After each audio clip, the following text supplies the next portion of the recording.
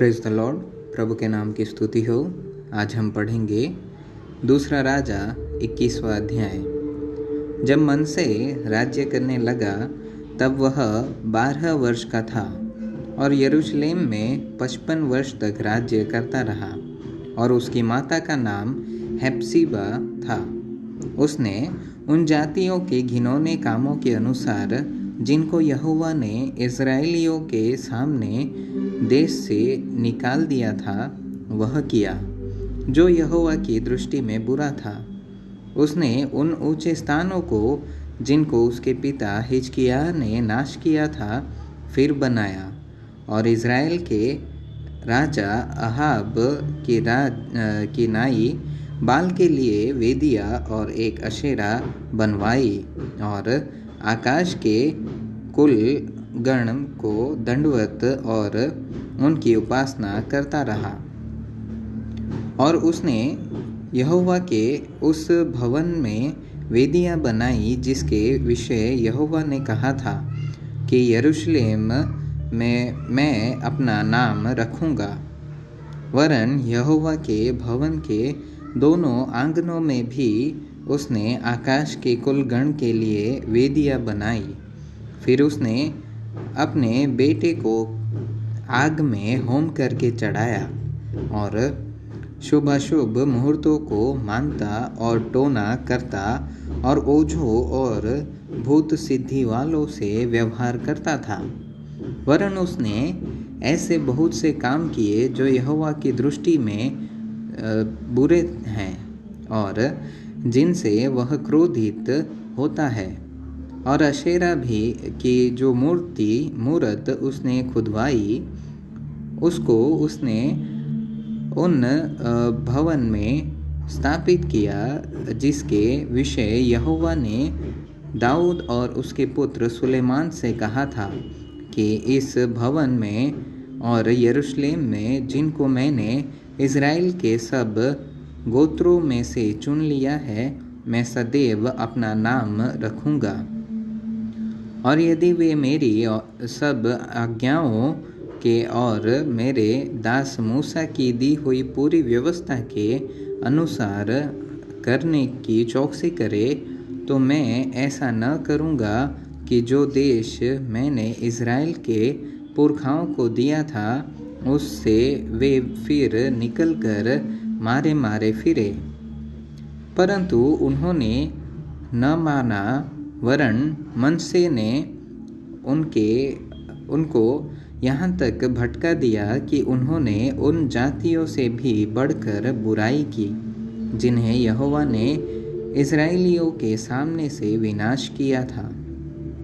इसलिए यहोवा ने अपने दास भविष्यवक्ताओं के द्वारा कहा कि यहूदा के राजा मनसे ने जो ये घृणित काम किए और जितनी बुराइयां एमोरियों ने जो उससे पहले की थी उनसे भी अधिक बुराइयां की और यहूदियों से अपनी बनाई हुई मूर्तों की पूजा करवा के उन्हें पाप में फंसाया है।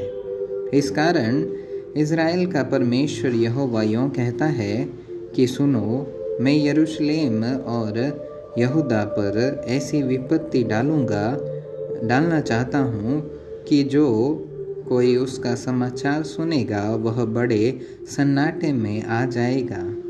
और जो मापने की डोरी मैंने शोमरोन पर डाली है और जो शाहुल ने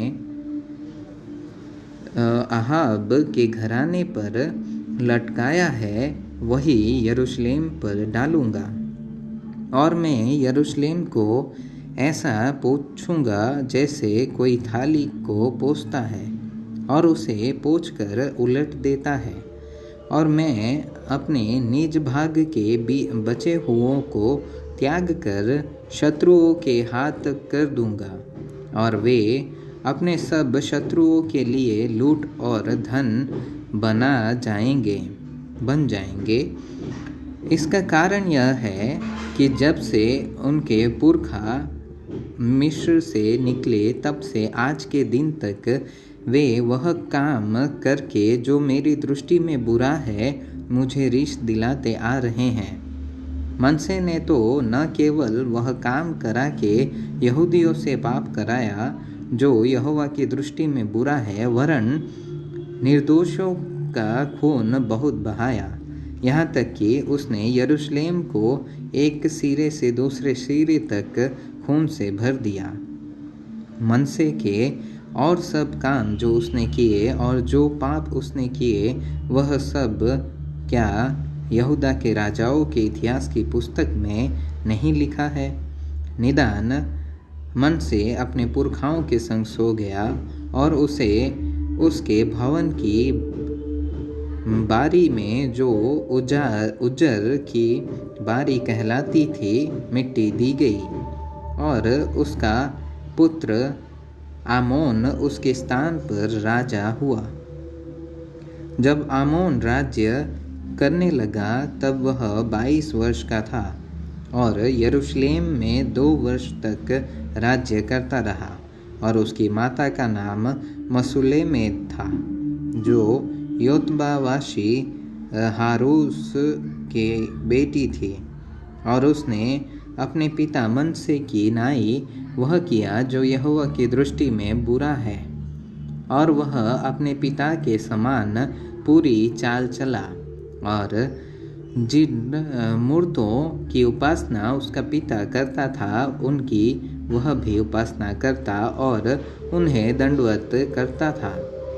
और उसने उसे अपने पितरों के परमेश्वर यहोवा को त्याग दिया और यहोवा के मार्ग पर न चला। और आमोन के कर्मचारियों ने द्रोह की गोष्ठी करके राजा को उसी के भवन में मार डाला। तब साधारण लोगों ने उन सबों को मार डाला और जिन्होंने राजा आमोन से द्रोह की गोष्ठी की थी, और लोगों ने उसके पुत्र योशिया को उसके स्थान पर राजा किया।